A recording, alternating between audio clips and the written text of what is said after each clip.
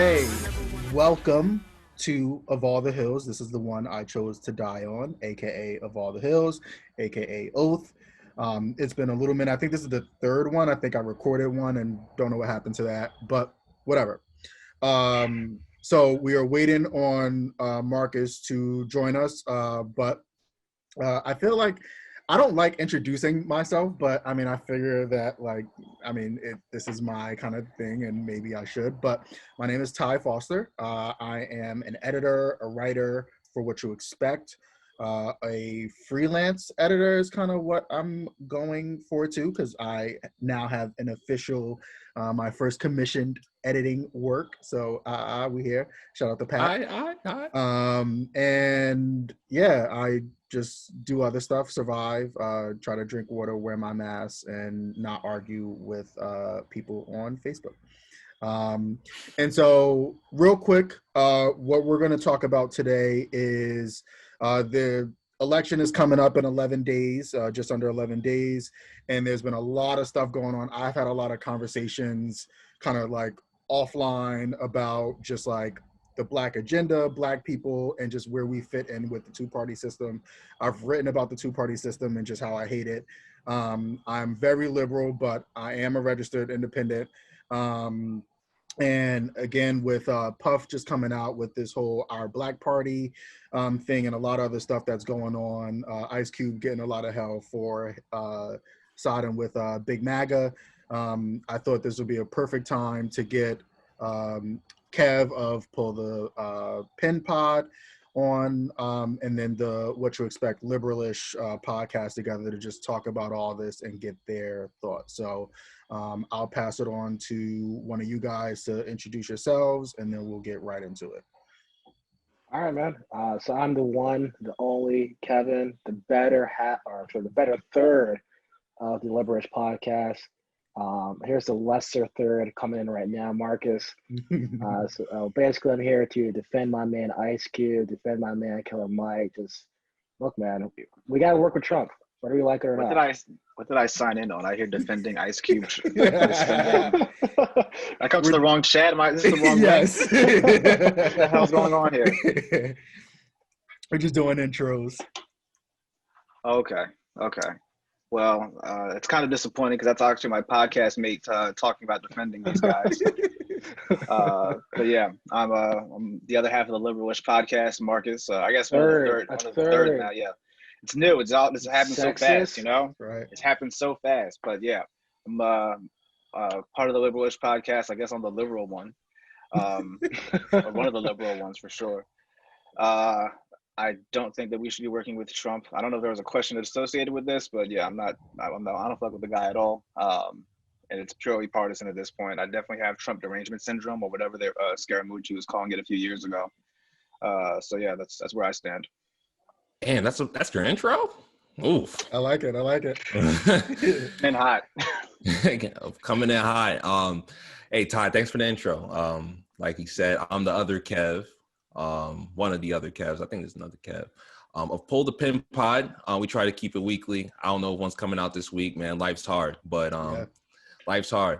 I consider myself an independent. I guess it's what millennials are calling themselves these days. It really is. Yeah. Super trendy. Boomers. I'm more conservative than people think. But I'm a liberal. Yeah. So that, there's that. But I'm not sure if that's a substantial intro. No. That works perfectly. All right. So yeah, let's kind of jump right into it. So I guess the first thing is let's talk that Ice Cube. Yeah, let's talk Cube. So basically, good old Ice Cube came out. Ice Cube did not come out. Trump's administration came out and was like, yo, we got Cube on this team. And we're like, yo, wait, what? Like, nah, we fuck with him. Like, what do you mean? Like, but I mean, stranger things have happened. It is 2020. Crazy shit has been happening all year. So nothing would surprise us. And basically this was, I guess, a collaboration or remix, if you will, here all day, between Ice Cube's contract with Black America and then Trump just basically trying to get anybody Black with a pulse to kind of side with him for this platinum plan.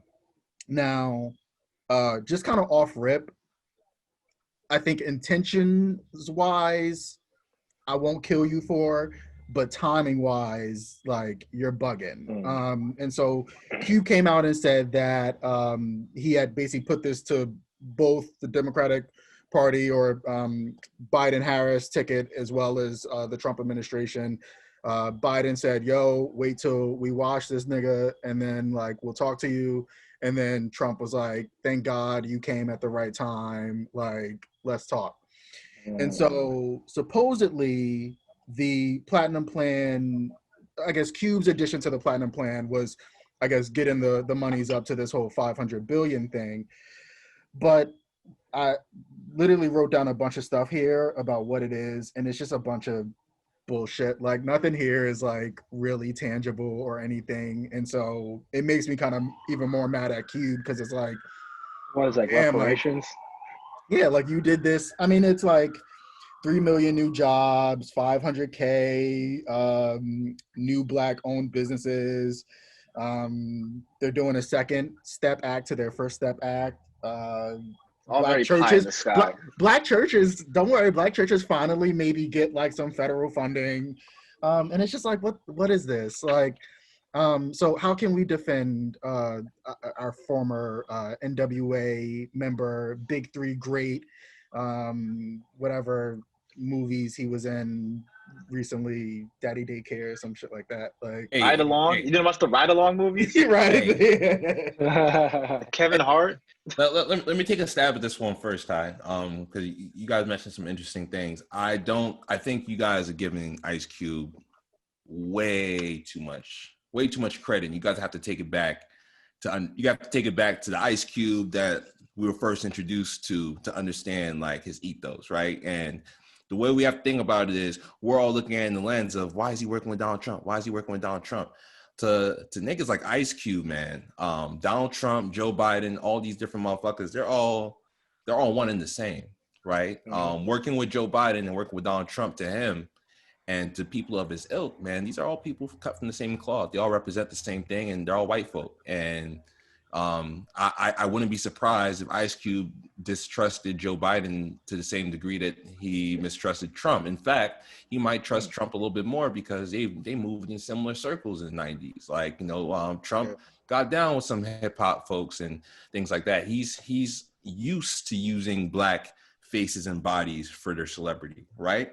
On the flip side, I think that Joe Biden has people in his corner, maybe not him, but people in his corner, Black folk, that are telling him, hey, in regards to Black issues, Ice Cube is not the person you should be talking to, right? To sit down with Ice Cube is to give him tacit acknowledgement that he is somehow representing the struggle or the interests of Black people. And think about how insulting that is.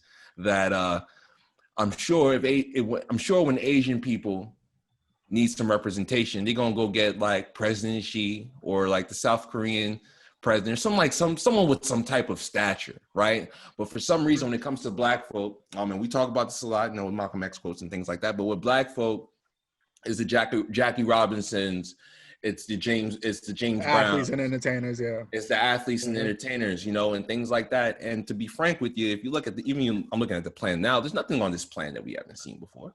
Yeah. I mean, so for one, I don't want to defend Ice Cube, but one, his heart is in the right place. But you can't blame him because he thought he's doing something good for our people, right? He just got played. Like, I mean, he got used. Exactly. Yeah. And you say you're disappointed, but like, what do we expect, right? For you to understand, to have like the big picture framework of understanding, like, hey, Donald Trump actually has no interest in helping us. I'm being used as some type of publicity stunt, much like how Kanye or whoever and things like that. I don't take it that serious. I don't fall for the okie doke, and I feel like a little bit, even by us having any type of real emotional with reaction, we're falling for the okie doke. Come on, yo. We falling for the okie doke. And these aren't our greatest political minds. Right? Of course. Right. All right. I think Trump's playing three-dimensional chess here with us, and we're just not catching it. I think Trump's trying to start a record label. He already has Kanye West on board. He already has 50 Cent on board. And now he has Ice Cube. He's playing three-dimensional chess, and we're just playing checkers here. And look, I gotta admire the man. And look, first off, like, you can't fault Ice Cube for trying to do the right thing here. If you're going to like attack Ice Cube, if you guys remember back in the day when Trump first got elected, he had that photo of the HBCU presidents. That wasn't good look for them. Should we cancel the HBCU presidents? I don't think so, right? When the president call you, though, no matter who the president is, you got to go sit down with him. Right, exactly. So if it's Ronald Reagan, Richard Nixon, you got to go sit down with him. Exactly. And if you're Ice Cube, you have a plan, and the president calls you up and wants to listen to you, what are you going to do? Say no? Right? So, like, you can't fault him for that. I think, like, Killer Mike, after Brian Kemp cheated his way into the governor house in Georgia, he sat down with him and talked to him about some black issues, right? I mean, do we cancel Killer Mike now for that? So, it's like, Killer Mike did get a lot of pushback at one point, though, didn't he? It may not have been because of the Brian Kemp thing, but he was doing some things that weren't so kind of, I guess, what does pushback from Killer Mike look like? Just calling him out for... Yeah, even the whole, like, Bernie, like, aligning with, Bernie after just trigger warning and, like, all his bit of, like, black agenda, we got to kind of be... Yeah. There was something with the police. I want to say something with guns as well. There was some pushback. He's big into the Second Amendment, yeah. Yeah, people were calling him out for that and for not being, and I guess because he doesn't fit in like the liberal camp. So I guess a lot of people that got very loud about it and were calling him out about it. Yeah, I think he actually when like Atlanta was getting like torn up by like the Black Lives Matter protests or whatever. He came on the stage with the mayor defending like the police and like let's get together, complain out type of stuff. So yeah, valid point. But again, like I can't get mad at the dude for trying here. You know what I mean? Yeah. And I mean, so we kind of brought up Killer Mike, and again, this has been another person tying into the next kind of bit with Puff with the Revolt Summit. Just been really outspoken, trigger warning on Netflix. Just talking so much about the Black agenda, and the show on Netflix is certainly about him kind of being in this like existence where he's just kind of giving his money towards like black things and trying to spend in the community. And he's been very outspoken about that, again, like connecting with Bernie Sanders and really trying to have his approach be that like, I'm coming to you about things that are for black people, black empowerment, and if I'm going to vote for you, you got to kind of agree to take this on. And I think those two things mix well in that, I mean, and this isn't new, but we're seeing black people say, especially black people of influence, which is where the athlete and entertainer thing go in, because I mean, this is how you get the influence bit besides just the capital piece to be able to get into these rooms of, this is where like we're gonna, because like Puff had a tweet back in April about like, oh, I'm gonna hold my vote hostage, and now he's come out with this this political party. And I guess basically the whole idea of this is just the fact that we keep trying to fit our values, our goals, what we want to see into, well, one, the Democratic Party, but just any of these two things. And it's like my hill, and just the kind of point here is that we have enough wealth, we have enough capital, we have enough agreement for the most part, or broadness, where we can just kind of fund this ourselves. And like, sure, maybe you don't get a presidency out of it, maybe you don't get a senator out of it, because at best it's 13%, but you can get the mayor of Atlanta, you can get to be the mayor of Detroit, mayor of Newark, mayor of Boston, like and from there, because these are major metropolises in these states, like that's where you can start to really sow the seeds of getting shit done. And so, I mean, it doesn't,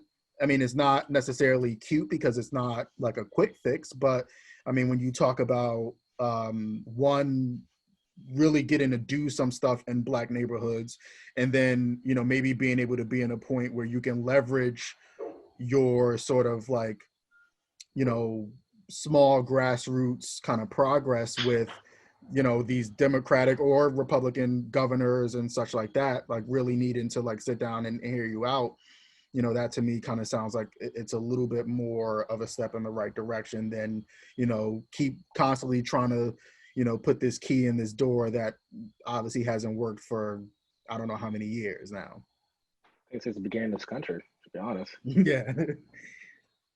So Yeah, what are your, I mean, I threw a lot out there, but like, yeah, what are your kind of thoughts on that? I was waiting just to make sure that no one else was going to jump at it, so I didn't want to talk over anybody. But nah, man. First thing I want to turn around and ask you some questions. First, do you honestly think that Black people in America got enough capital to It's funny. I was looking that up just now, and he said that Black people have enough wealth.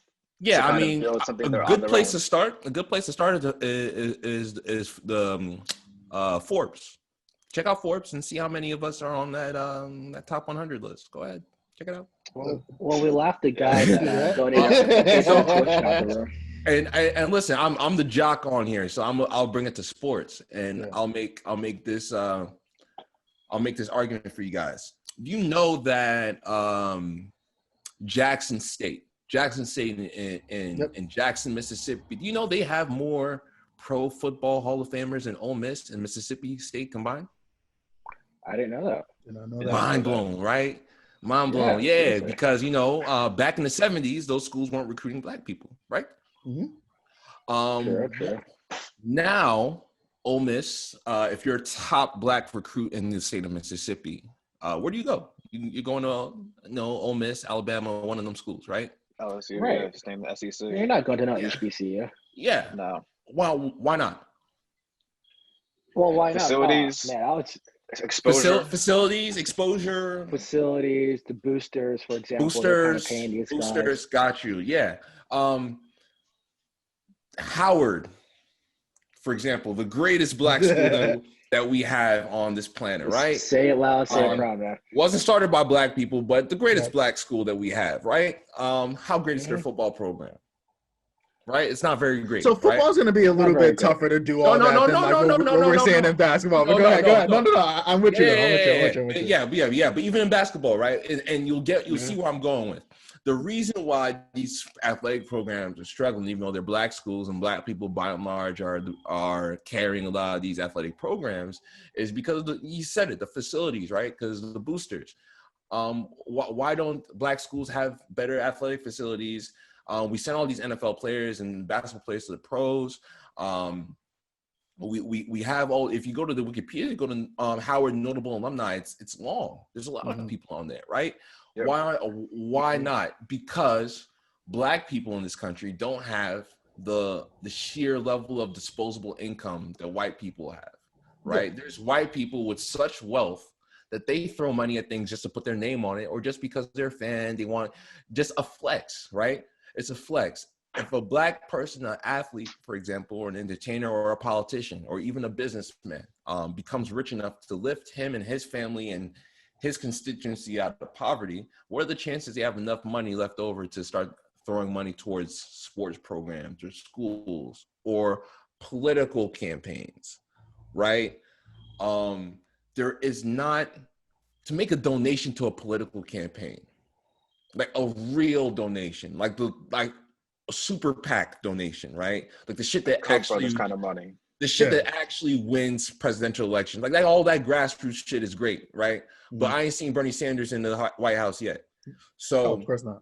Yeah. Barack Obama had a huge grassroots campaign, but he also had Wall Street money. He did have Wall Street money. Yeah, big Wall Street money. So especially his second run. I think he had like a huge absolutely.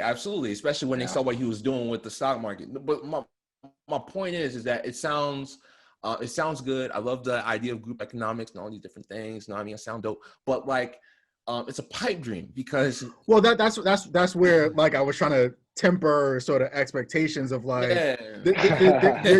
you're not gonna get to like again these like where these things are entrenched like because again you're never gonna have just your point about the Forbes list and like having real seed money to like get this going like you're not. That's the thing about the two-party system.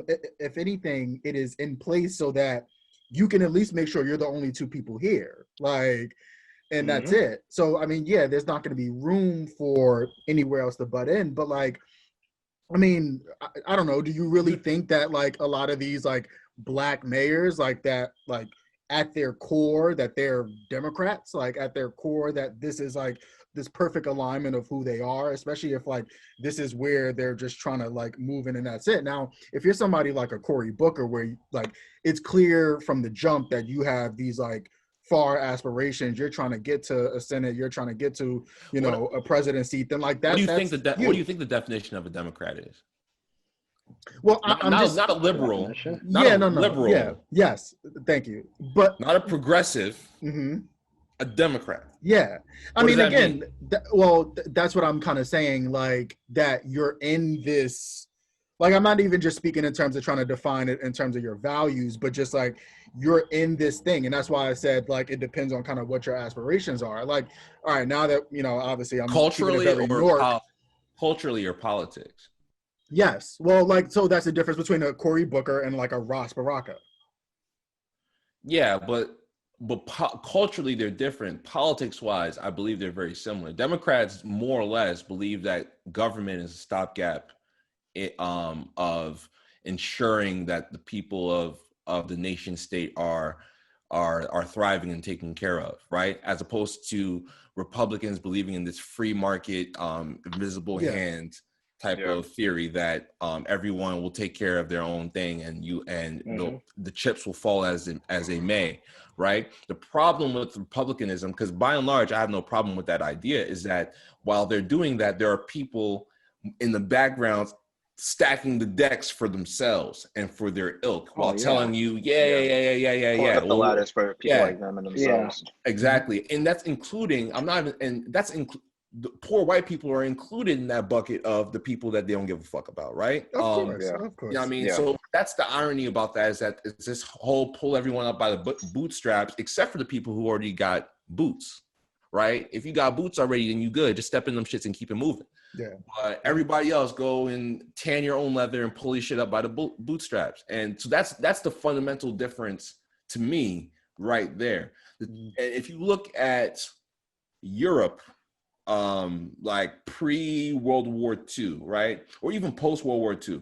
If you look at a lot of the countries that do have more than two-party systems, right? That shit is unpredictable and scary, bro. Well, and that's why. Think about the election. If anything, this is why. Not really. This sets. Yeah, what sets up. I mean, Kev, what are you talking? Look at a place like Greece where they have multiple political parties and they've seen nothing but like tumults, throughout their post World War II history. We have a two-party system. We have a two-party system, but like there's stability there. What? Go ahead, Kev. Yeah, no. I mean, if you look at England, for example, England is like a multi-party country. They're doing pretty well. Germany is also a multi-party country. They're pretty well. You think they're doing? You think England's doing well post Brexit? I didn't know. I didn't think you were gonna say that. I thought you were going the whole direction. I was nodding with you. No, England's doing pretty well. No. Hear me out though. It's just like we can't say like multiple parties is going to cause like some issues. We have our own issues here with two-party system, bro. So we can't really say like in Great Britain. The third party isn't the solution though. Having multiple parties may not be the solution. Hold up. In Great Britain, the minority is running the country. Like the super. How is that different here? The super minority is running the country, bro. That's not true. So much. Not true. So much so. I mean, we can argue about that, but so much so. They're doing something as large as leaving the European Union, and more than 60% of the country doesn't want them to do that. I'm sorry, but they had like a vote on Brexit. It wasn't just Parliament voting on it; the entire nation voted on it. And yes, it was close. Yeah, but And yes, as it came along, the majority of the country realized it's a bad idea. And the politicians aren't given an option. But they were given the option, though, were they not? Yeah, but there's the deeper story behind that though, with Russia disinformation, dog.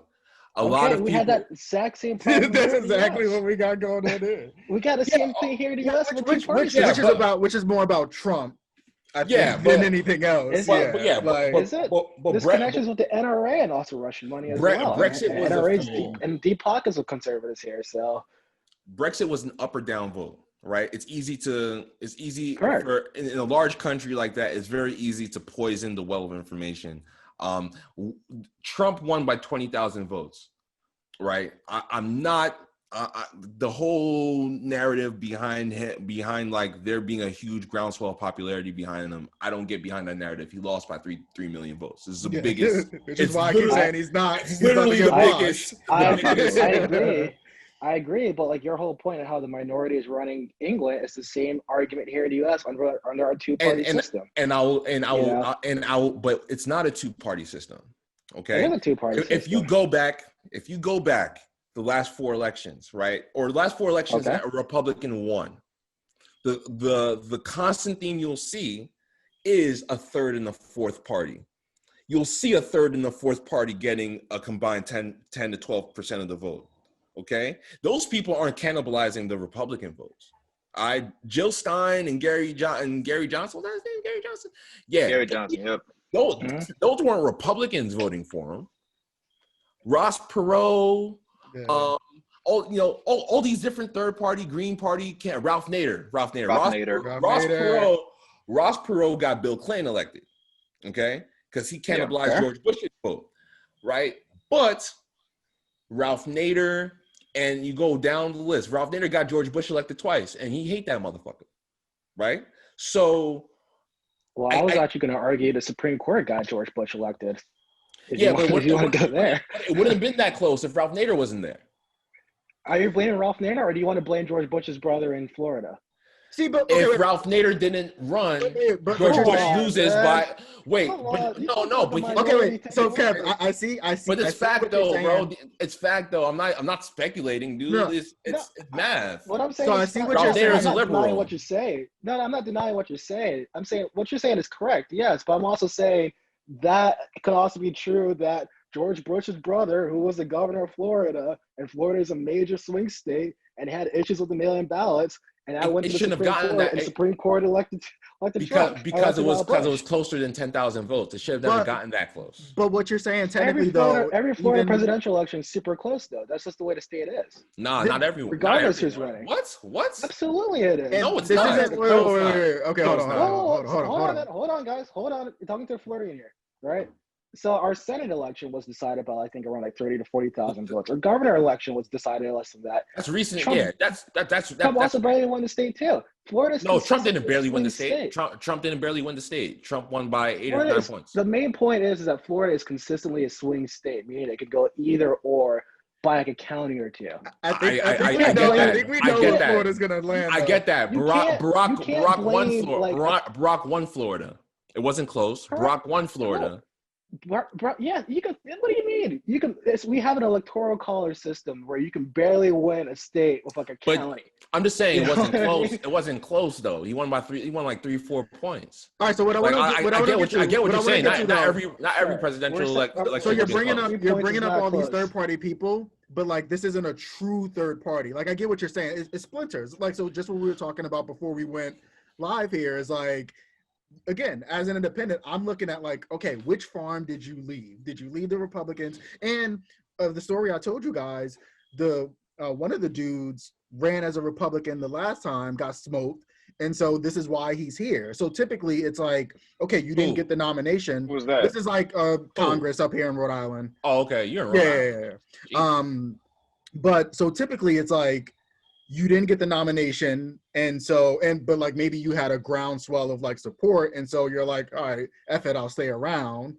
And so, but it's not like a true third party. But again, all of what we're saying here is that again, these two parties that are very entrenched here, because we have had multiple parties in the history of this, but these two that have stayed around have a reason to. I just call it wrestling. They have a reason to keep each other going. You got to do the history, bro. You got to check the history. Yeah, of course. When we had the Whigs, what happened? We had politicians dueling each other. Mm-hmm. And, you want to go back? You want to go back to that era? No, but that's my point. No, Pre-Civil War. But he brought it up. No, but he brought up a point in our history in which we had three parties. My thing, right, is I can't speculate. I'm not a poli-sci major. I can't speculate on what that would look like other than to look at countries like my family comes from Nigeria, right? Mm-hmm. There is no 1, 2, or 3 party system. It's whoever can get enough people and enough money together to create a party, right? If one party fall out of favor, you know what happens? They change their name. APC, of course, CPA, okay, or NNP. You know what I mean? They'll just change it up, right? Elsewhere in the world, in which there isn't this rigid system, right? You know, I think Trump, this is part of Trump, the arrangement system. We kind of want to blow up what we got. But when you look around and you see, I'm not sold on your Britain example because. All right, let's look at France then. Because one, their government isn't set up the same way ours. They have a constitutional monarchy. Okay, we can talk about France. France had a scare, bro. A Nazi almost got elected in France. And a racist didn't get elected here. And wait. No. And a racist did not get elected here. Racists did not get elected here. The lady that almost lost makes Trump look like a diversity. Well, I mean, Trump isn't really scary. Yeah, so let's start with that. And that's the thing. But and the other thing about France though is that France, while they have a multi-party system, they also have something like a round robin type thing, right? Where everyone votes, and then they have a winner, they have a couple winners, and then there's another round, right? The people that didn't get enough votes, they drop out, and then everyone gets to vote again, right? So now everyone votes for the 4 candidates. Okay, now the bottom 2 people fall out, and now we're gonna vote again for the last 2 candidates. It's a complete. It's I mean, I mean, we have clearly we have a very unique system that. But we have something similar to that as well. It's called the primary system. No, it is similar to that. No, it is the primary. We kind of know where the tea leaves are going already. No, not really. I disagree with that, Ty. I don't think anyone knew that the primary, like for instance. Well, not early. Did anyone think that Biden was going to be the president, running for president right now? This time last year, no one thought that. Yeah. You can't really tell what's going to happen about a year in advance, or No. I'm not saying early. Like you have your debates and stuff like that. But I mean, you have an idea. We knew Bernie wasn't gonna I mean, we know how shit really goes. Tell that to Bernie folks. Bernie folks thought back in January that he had a really good chance of winning because he won 2 or one and a half. The white primaries. Yeah, they were like, he half won Iowa and he did well in New Hampshire. He's got a real shot at this. Yeah, couldn't talk them off of that ledge. And Marcus always brings up a good point in the podcast. Like Bernie Sanders had 4 years to redevelop his campaign strategy. He didn't do that. He ran the exact same shit, bro. He plays the greatest hits. He has his pitch. He's been making the same pitch over and over again. It's like Tim Wakefield, old knuckleballer for the Red Sox. And it's the same thing over and over again. Same pitch, reliable, bro. When it works, it works. But when it doesn't work, he gets crushed. And that's what happened to Sanders. Listen, exactly. That's kind of what happened here. So running as a super progressive, as a man from Brooklyn that ran up to Vermont to be a politician, doesn't jive with a lot of people. Go ahead. I would say that Bernie Sanders is actually a good example for why we should need a third party, right? And the reason why is because Bernie Sanders, he keeps, again, super progressive dude. You can make the argument that he has pushed the party over to the left a little bit. And they're now starting to adopt some of his policies. Before, back in the day, a nationalized healthcare system was laughed out the room. Now that's actually a serious talking point on the Democratic platform. People like AOC and the Justice Democrats can now step up. The Justice Democrats is essentially a party within a party, if you want to argue that. Yeah, but Republicans have the same thing. So thanks, Kev, because actually when you talk about the parties within the parties thing, that's why I hate the idea of a third party, because I think that you have parties within the parties like Justice Democrats, like the Progressive I think it's the Progress Workers Party, the Progressive Party. You have all these little caucuses or factions within the parties that kind of come together and vote.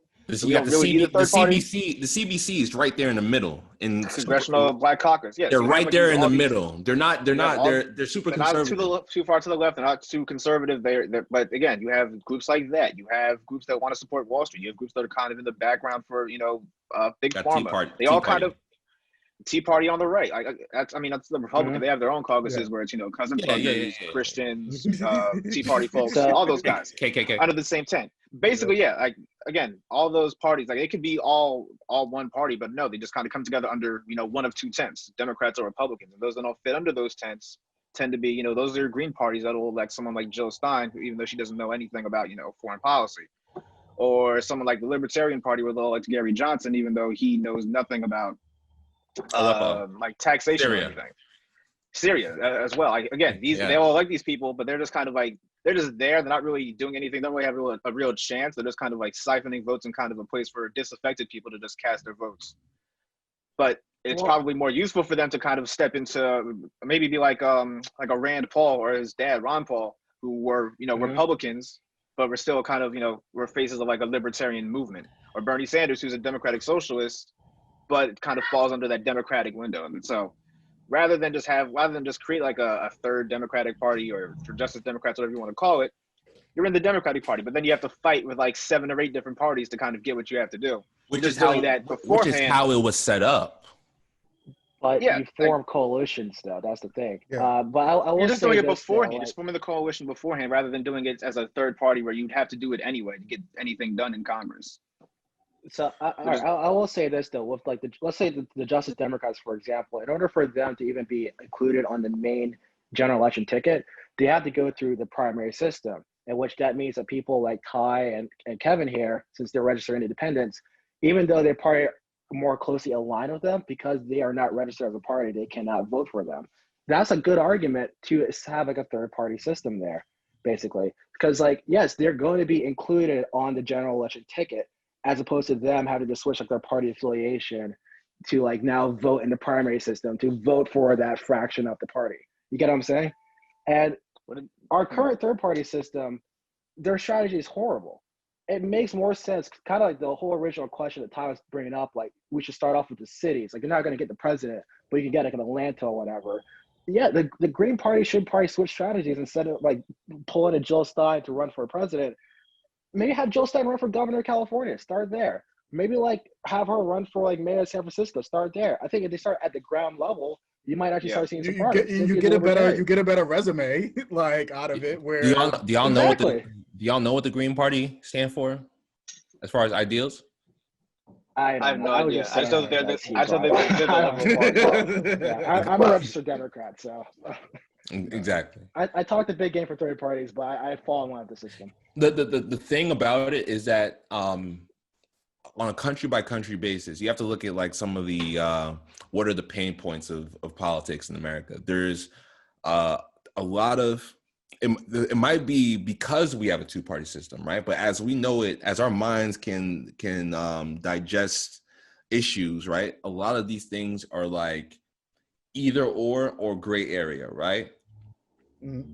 Now, by pro-choice, pro-life, right, et cetera, et cetera. Mm-hmm. Me, I'm if you're talking about my decision, then I might lean, especially as an adult.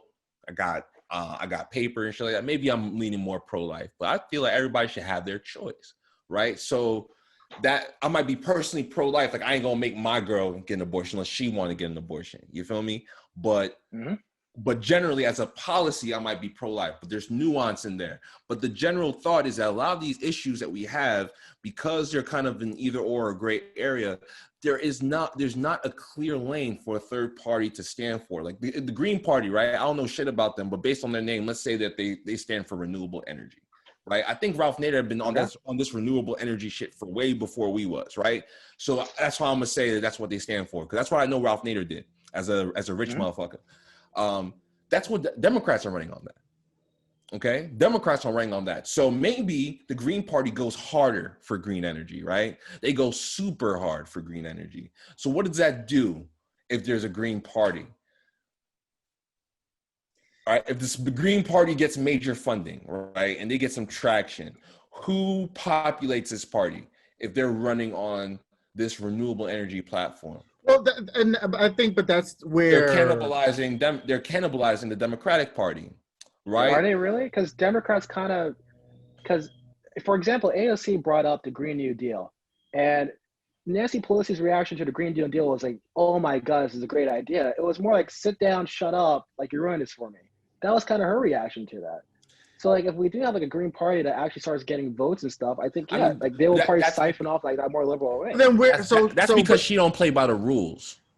That's because AOC. That's because AOC came to I'm being honest with you. It's not because Nancy Pelosi disagrees fundamentally on the premise of the Green New Deal. Because I remember she came on the show and she was talking about it. More or less, it's AOC came to Washington, and I'm not exactly against her for this, right? But there's rules. There's rules, right? Here we go. There's rules. There's not. Listen. There's what rules. Are the rules? What are the rules? Because rules can change. There's rules of engagement, right? It's part of being in the party. The reason why this is everything I'm talking about, though. No, but listen, but that's the thing, though. Everything I hate about this. Wait. Let me land. Let me land. Go ahead. So this is what Bernie Sanders does. Okay, Bernie Sanders is a registered independent. Okay, he caucuses with Democrats. Okay, he never once used the Democratic Party to land his seat. Okay, he's an independent. Okay. The problem with the AOC is that she used the Democratic platform to gain her seat. Okay, she used the Democratic platform to gain her seat, to fundraise, to build a coalition in New York. Okay, then she gets to Washington, and now she don't want to play by team rules. Okay, I don't think the DCC helped her out in any funding in whatsoever, because she no New York outseated or upseated. But I'm saying like no. I'm saying like the Democratic committee, whatever the funding committee for the Democratic Party. I don't think they threw money. It doesn't matter. She had a D next to her name in New York. Sure, and like bro, there's Puerto Ricans D next to his name. But he runs up in New Hampshire, bro. In New York, in the Bronx. All right, Puerto Ricans, Dominicans, they're not voting for you. You don't got a D next to your name. That's how Engel is still in charge. They got an old Jewish guy in charge because he's a Democrat. So wait, right? Kev, so what you're saying about AOC though? You can't have your cake and eat it too. Okay, wait, but right? I'm glad we're on AOC, because AOC is a perfect bit, and exactly everything that you're explaining, and a lot of how she kicks it is exactly kind of like my bit, where it's like she kicking it like Bernie, but she claiming Democrat. Well, okay, so perfect. So if you have someone who's like Bernie used the Democratic platform to run for president too, right? Did he not? And yeah, I mean, and that's part of the beef. Right, but he still did his own thing. That's part of the beef. But he ran for president, trying to shit on Barack Obama, and then he tried to change it around this time. Like, oh, Barack's I agree with Barack. You see how they try to play it both ways. He tried to run it and win, shitting on Barack. He realized he couldn't do it, and then this time around, he was sucking that brown dick. You know what I'm saying? He changed it up a little bit. He changed it up a little bit, guys. Marcus is a really bad image. So Kev, so everything that you just said here, I'm glad this came up. Like, so everything to kind of bring it back to center. So like everything that you're talking about here, again with AOC, how like she's kind of using this thing. I mean, I think it kind of speaks to the fact that this kind of ideal and a lot of progress, maybe let's just call it that, doesn't necessarily fit in with this establishment. And it's actually why I am an independent and not a Democrat, like, because I do still recognize that, yeah, it may be the lesser of two evils, but it's still an establishment thing where rules are rules and this is how we kick it. And so kind of back to where we started, like, for these places, for her, like as a representative of the Bronx and like just that general kind of area, for someone who is in like a place like a Newark, for someone who is in a place like Atlanta, yes, Democrat, because that's kind of been I hate to pull a fucking what's homegirl's name, Candace Owens, but like that's kind of been the plantation that we've been on, like, but the issues in these places are the issues in these places, and somebody especially who's of this ilk, who's speaking real shit that like is from this and is about this, like you don't need the D next to their name. And I mean, again, yes, I was like searching some people on the Forbes shit, but like I don't think you should need that type of money. Again, if we're not thinking senator, we're not thinking president, like you should have enough, especially like support in that area, especially when we're talking about places like that where you can get that. And so how much do you think it costs to run a local election? Like what seat are you looking for? Like state I don't know. Mayor of Newark. How much is that? Mayor of Newark. How much y'all think it costs to run for Mayor of Newark? Just a middling Eastern Seaboard city. Couple mil. You think Ross Baraka ain't have a couple mil behind him? I mean, but okay. That's gonna be your biggest expense. And street notoriety. He's a street legend. Yeah, of course. So like he's a little different, right? His father, yeah. He's a street legend in Newark. He's Grape Street in Newark. You know what I mean? I'm serious. He's Grape Street. Yeah. He's not an imam, but he's damn near close in the Muslim community. Yeah. And Newark has a huge Muslim population. There's all those different types of things. So special character there. But to take it back to the previous guy, Cory Booker, that was a $50 million election. You know what I mean? And if you want to take it before him, but Sharp James, he was running a cartel.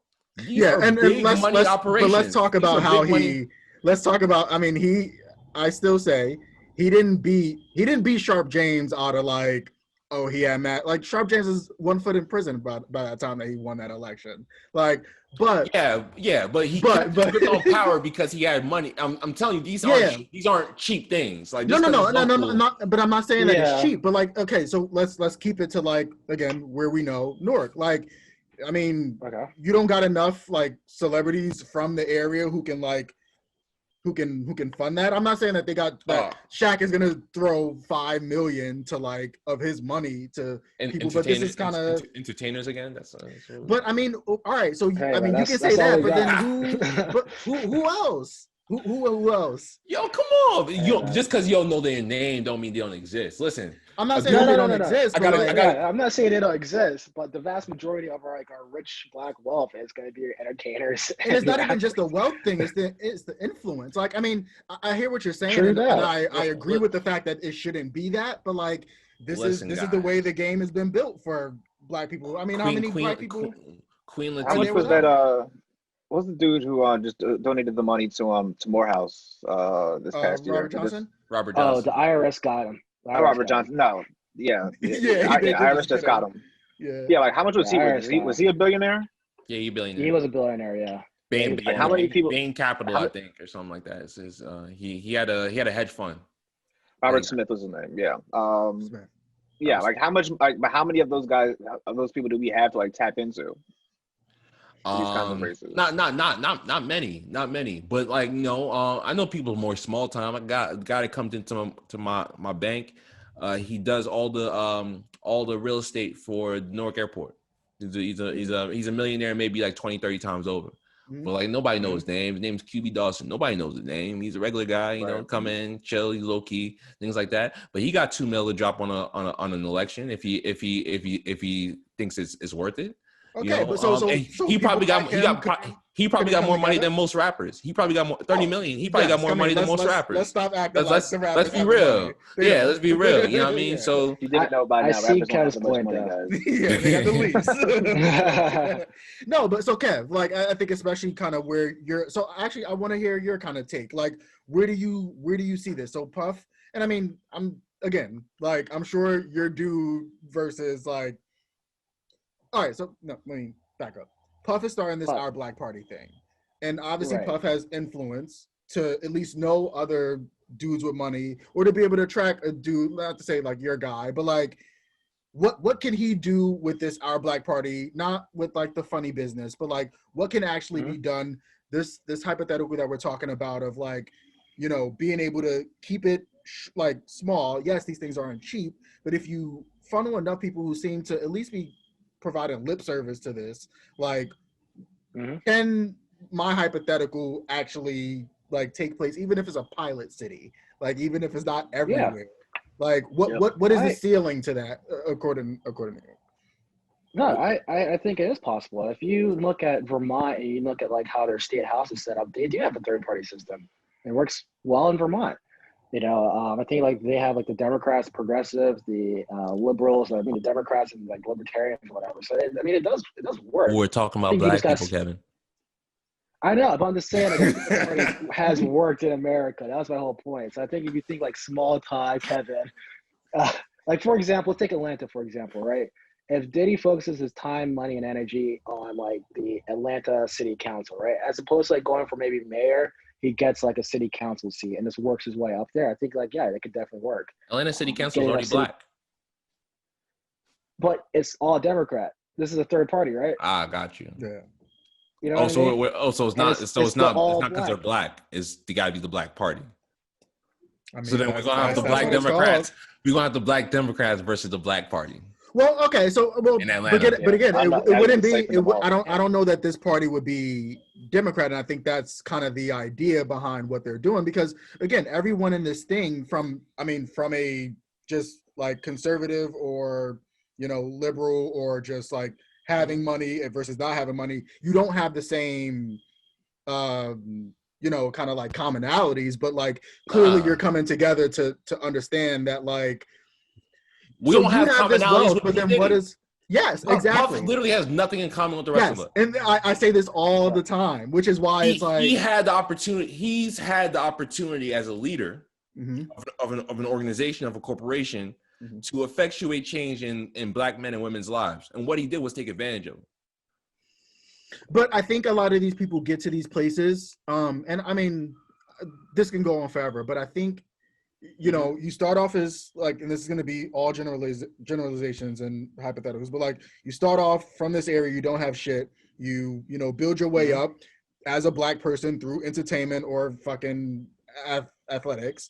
Entertain white folk. Yeah, basically. And you amass some sort of capital, but then basically you're bought to like basically do their bidding. And I think you get into these rooms and you're thinking, I'm Jay-Z, I'm hot shit, I'm P. Diddy, and you realize you're still a nigga. And then we see you come back to earth and be like, oh, well, we got to put this back into our community. So, all right, now that you've hit the ceiling, you've hit the glass ceiling, and you realize that there's still way more people who have infinitely more money that you're never going to get, then you start to come back down to earth and say, hey, how can I, affect this change in our community? And so let's just talk about they just want to be at the head of a table right now. And I mean, just wants to be at the head of a table, bro. Let me ask you guys a question real quick, right? Let's take it to the So what's the business solution world. to that? No, let me ask a question. Go ahead. So we're looking at the business world. Is competition in the business world a good thing for us, the consumer? Generally, yeah. Yeah, generally. Generally, yes. Theoretically. So why don't we want that in our politics? Because that's not what it's about. How come we're saying the politicians take all. The politicians are competing, right? The politicians are competing. The parties don't have to compete. No, but we do want the parties to compete. We want more parties to compete. I think more competition in our political system is going to help us, the voter, out the most. So I think we should be all in for a Diddy party, to be honest, because that competition alone is going to eventually. Okay, let me ask you this then. Let me ask you this then. In a world where there is a third party, let's say 8, 12 years, Diddy's party does really well, and they have a candidate that can win 5-10% of the national vote, but doesn't take any seats. And let's say he also has a couple of people that do really well in Senate races. Maybe they get 12% of the vote out of versus 2 other candidates, but they don't win any seats. And they're taking some votes away in House races as well, but they don't do anything nationally. And let's say they're also making some progress in the states as well, and locally they're making progress there too, but they don't win anything. They're just kind of bifurcating the vote. And maybe they're just taking that 13% of every place that they're in, of every town they're in. So what's the point of having them there? So then the flip side. What good does that do us? What good does that competition do if we don't get anything out of it? Because it's winner take all. So let me answer that question with another question. So like if you have that in a city, for example, let's say like Atlanta, for example, and they are winning races, right? That is going to eventually benefit and help the people. Black people already control Atlanta, though. Yeah, you already have control in Atlanta. Like So you can call as Democrat as Democrats. Yeah, but you can call it Democrat. You can call it wait. You can call as a member of this establishment, but doing what the establishment wants. In local politics, the Right, Democratic Party is not. But the Democratic Party on the local level is not a monolith, right? The Democratic Party in Atlanta is not the Democratic Party in Miami. It's not the Democratic. Tom Perez is not calling the shots there in these places. Yeah. You know what I'm saying? That's not the get down there. Atlanta politics is Atlanta politics. There are Democrats running against Democrats in Atlanta. Yeah. In the primary system, I agree. Yeah, but see, in Atlanta, the primary system. But dude, in Atlanta, the primary, okay, and in a lot of the gerrymandered South, the primary is the election. No, I'm not disagreeing with you on that part. I'm just saying, why is it so bad that we can't have like another party or third party to run in the Atlanta general elections? Because what's wrong with that? The party is the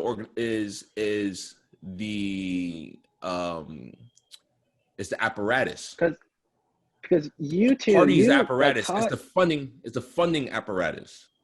Okay. Thank you. This is exactly like just right back to where I started. It doesn't change the competition of ideas and movements. It's just a funding apparatus to keep us in competition on the top level. On the local level, it doesn't matter as much, to be honest with you. And I take it as someone who wants to run in office one day. Like on the local level, it doesn't matter as much, right? Because the national party doesn't play into it as much.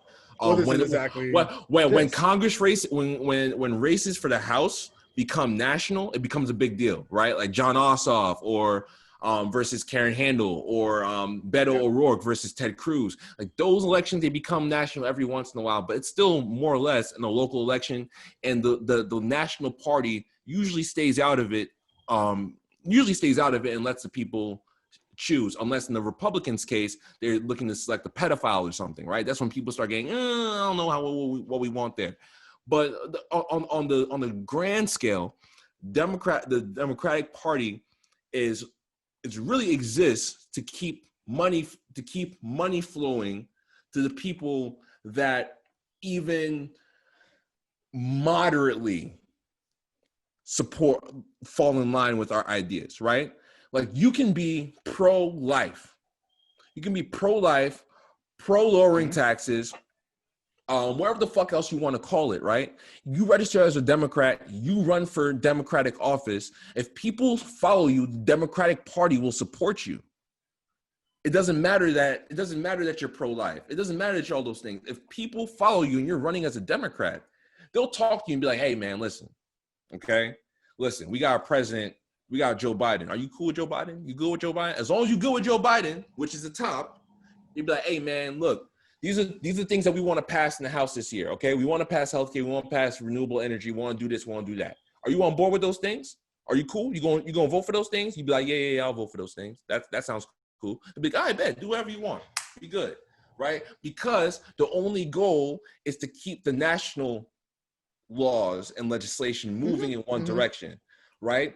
The country looks way different than it looked in the 1970s, right? Richard Nixon won in a landslide, and the votes he didn't get, George Wallace. Does it really? George Wallace got 20% of the vote. George Wallace. Richard Nixon got like 60-something%. George Wallace got 20%, right? Oh yeah, no. That would never happen today. That would never happen today. There's not enough white people. Okay, the country's almost is getting. There are enough white people. They just don't agree with. But not like the 60s, bro. But not like the 60s and 70s. The sentiments changed big time. Yeah, it was like 85% white in the 60s and 70s. And you know 85% white. A lot of what you're saying too here, and I think a lot of where is like I guess my issue is like, where is the progress in the ideals of these parties if it's still so like if you don't have an AOC, if you don't have a Bernie, and I get that everybody's like, oh, you're moving left, you're moving right, like how do these things then change? And so like to what you asked Marcus about like, all right, if you keep just kind of taking away these votes but you never win anything, I do think it's kind of moving the party. Like, listen, Bernie may have never stood a chance in fucking hell, but the only reason he was really kind of like a even decent thing is because all the shit that he was saying in 2016 that niggas was laughing at wound up being shit that the party was like, hey, we kind of fuck with this now. And so, I mean, again, like when I started this whole thing, like, again, black people are on monoliths, of course. It's the opposite. It's the opposite way, in my opinion. What? Bernie brought people into the party that agreed with his idea. The party didn't move. He got more people involved in politics. Like all of us young people, we all thought college should be free. So then if you get enough young people to be Democrats, the sentiment in the party is going to change. Well, I mean, they take that platform because that's the name of the game. Like, yeah, but both can be true as well too, right? Yeah, you get used to siphon those things because now Biden's like, oh, hey, I'll take this college, even though I might have said 6 months earlier, fuck that. Like, and all right, I'll take that on now. And places like New York State, which I'd say is milquetoast central, because Democrats run it, but it's never the Democrats that we fuck with necessarily. But New York State had been playing around with universal health care and universal and free college for way before Bernie Sanders made it to the national ticket, right? These are things that on the state level, Democrats that we wouldn't even consider to be progressive or liberal or anything have been playing around with these ideas for years just because it makes sense.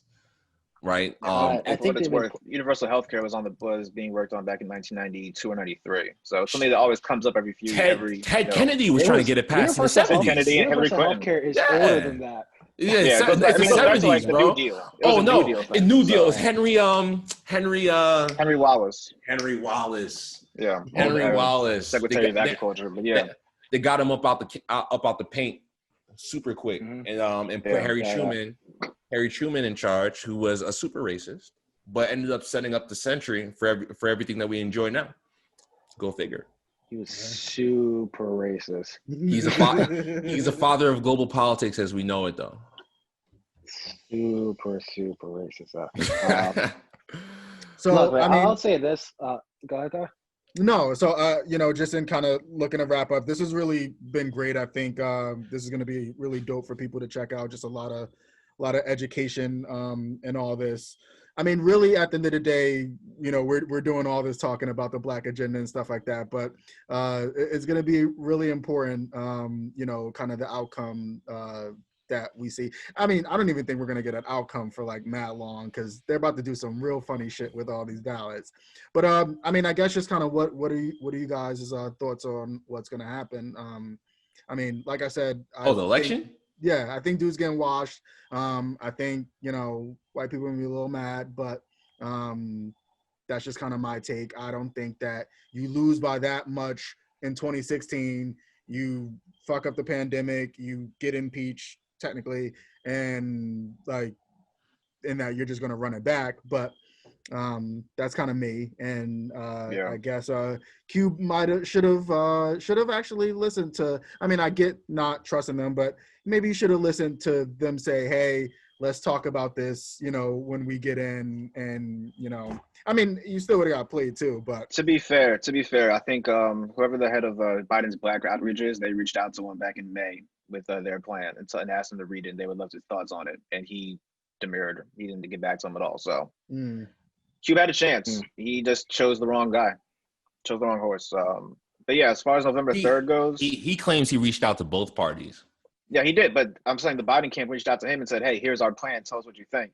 And he apparently didn't get back to him. And they just kind of moved on. I'm bothered by that, but I guess we'll save that for another. I was unaware of that information. So. Yeah, I saw it. Now I'm super bothered because that just. I saw the tweets the other day.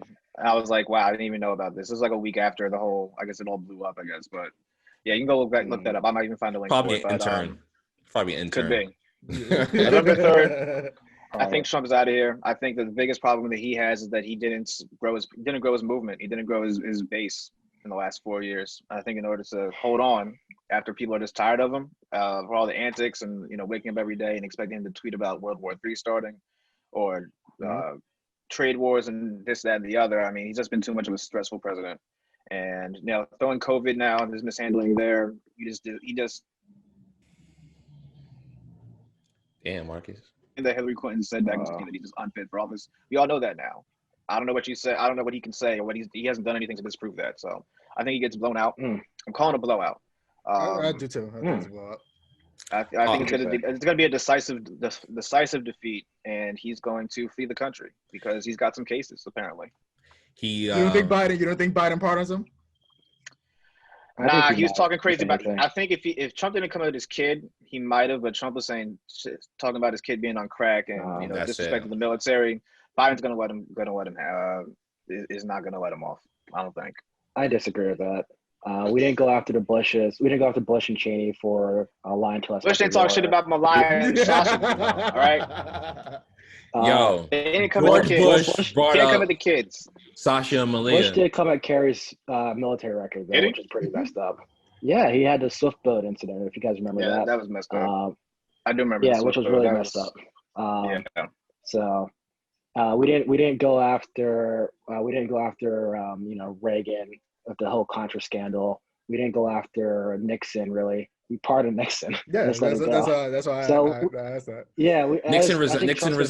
Nixon resigned. He did, but resign. It was followed by Republicans. Nixon did resign. You're right. And Reagan was also followed by Bush. That was a part of the. The resignment. Yeah. You resign, we let you go. And here's my thoughts, and I'll let you take it from there. Trump's going to lose by 8 million. He's going to lose the popular vote by at least 8 million votes. We know that. The electoral college is going to be closer than you guys think. I can. Electoral college is going to be closer than you guys think. But I do think it's worth mentioning for all those hand-wringing Democrats out there. If we're looking at these polls for any other election in the history of the republic, we would be saying that whoever the incumbent is fucked. Fucked because of how spooky 2016 is. Marcus and Kevin and Utah saying what you're saying. I don't even think Kevin said it, so I'm not gonna put it in his mouth. But what you and Marcus is saying are kind of making me a little nervous. Because listen, guys, two things, big things, man. Florida and Pennsylvania. Those two places got me shook. He wins Pennsylvania, he wins Florida. All he needed is one other of them little states. Minnesota, Wisconsin or Michigan, right? Minnesota. He's not gonna get Wisconsin or Michigan. He's fucked on those. But Minnesota got me a little worried. You know what I mean? Nevada got me a little worried.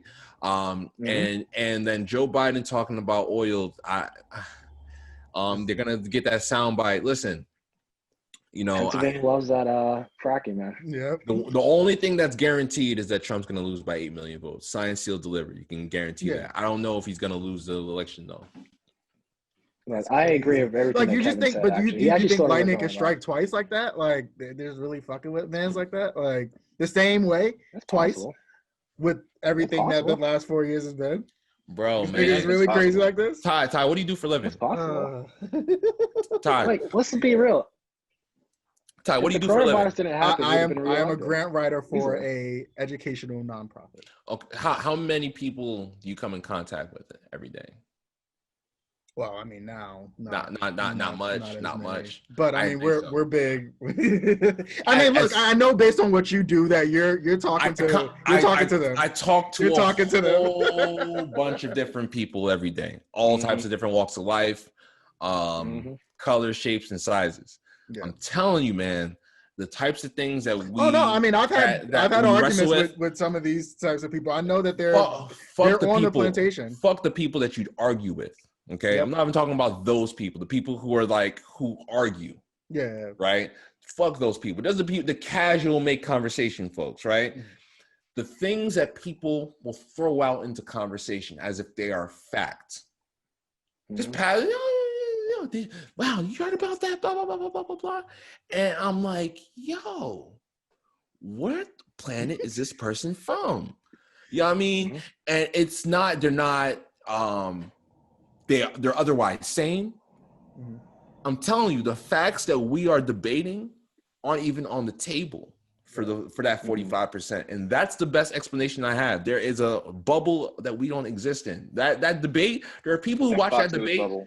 There's people who watch that I thought debate. Trump They dominated. heard him throwing out laptop. They heard him talking about you're the big guy. You heard him saying all that crazy shit, and they're like ding ding ding ding ding. They're hearing all the buzzwords that I had someone sitting next to me that was like, "Yo, what laptop? What the fuck is he talking about?" Like we know what they're talking about. We've been paying attention, but she's fairly casual. But she's like, "What laptop? What the fuck? I ain't hear nothing about no laptop."